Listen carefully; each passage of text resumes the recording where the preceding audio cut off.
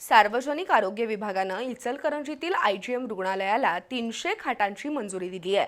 आता त्यासाठी आवश्यक मनुष्यबळ उपलब्ध करून देण्यासही मंजुरी मिळाली।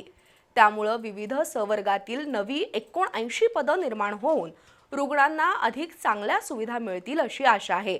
लवकरच आयजीएम मध्ये रक्त केंद्र, रक्त विघटन केंद्र, कॅथ लॅब, MRI अशा सुविधाही उपलब्ध होतील।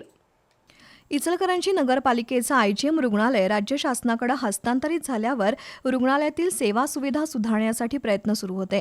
राज्य शासनानं आयजीएम रुग्णालयात 300 बेडसाठी मान्यता दिली होती, परंतु वाढत्या रुग्णसंख्येमुळे रुग्णालयात मनुष्यबळाची कमतरता जाणवत होती। अखेर सार्वजनिक आरोग्य विभागानं आयजीएममध्ये आवश्यक असलेले मनुष्यबळ उपलब्ध करून देण्यास मंजुरी दिली आहे। त्यानुसार अतिदक्षता विभागासाठी 3, शुश्रूषा कक्षासाठी 2 असे 5 वैद्यकीय अधिकारी असतील।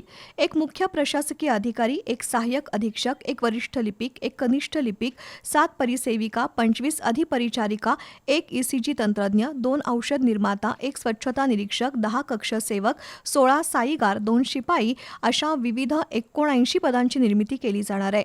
परिणामी आयजीएममधील आरोग्य सेवा अधिक प्रभावी आणि दर्जेदार होईल अशी आशा आहे।